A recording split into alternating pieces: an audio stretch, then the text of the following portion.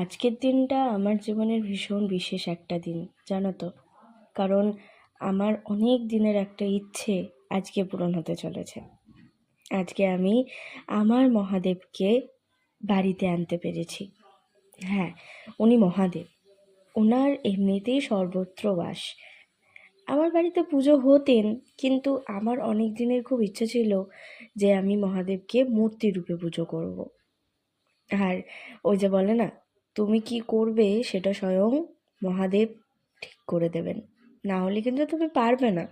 আর সেটাই হয়েছে।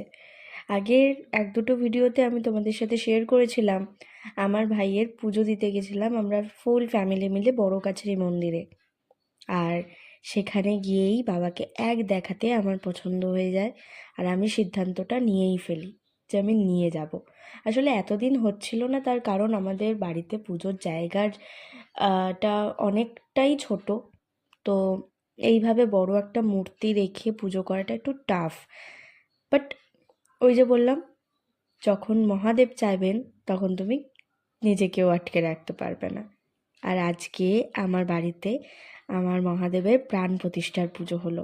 ভিডিওটা অনেক দিন আগের, এখন তোমাদের সাথে শেয়ার করছি।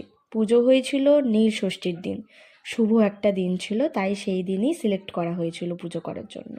জানো তো, ভেবেছিলাম অনেক কিছু বলবো, কিন্তু ভয়েস ওভার দিতে গিয়ে যেন কোনো কথাই খুঁজে পাচ্ছি না।